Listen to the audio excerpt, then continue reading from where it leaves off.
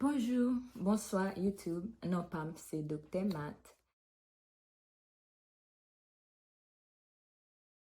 So, mwen fè chanel sa, se pou mka ede kominote Haitien, paske mwen konen gan pil Haitien kap soufri avèk maladi diabetes, maladi tansyon, maladi kolesterol, maladi kanser.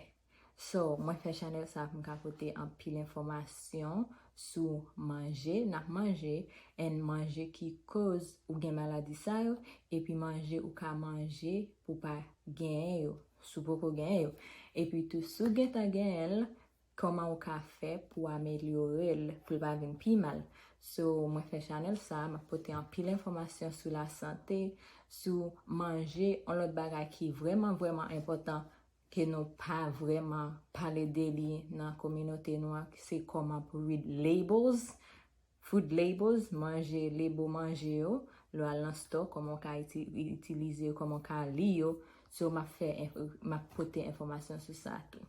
So, le ma gade nan YouTube, mwen wè an pil lot nasyon ki gen profesyonel ki a fe video pou edike kominote yo. So, lem gade nan kominote Haitien, mwen pa telman wè an pil moun ki a fe sa. So, mwen chwazi pou mfe chanel sa, mwen gen expertise la, mwen gen experience la, pou ki sa m pa itilize sa m konen pou m'ede non. So, that's why mfe chanel sa, ebyen, pataje, abone, share avèk an fami, yon zami, paske wap jen an pil bon informasyon kap bon pou sante ou pou sante pititou, sante fami ou avèk sante zami ou. So, remember, like, subscribe, and share. I'll see you next time and have a blessed day.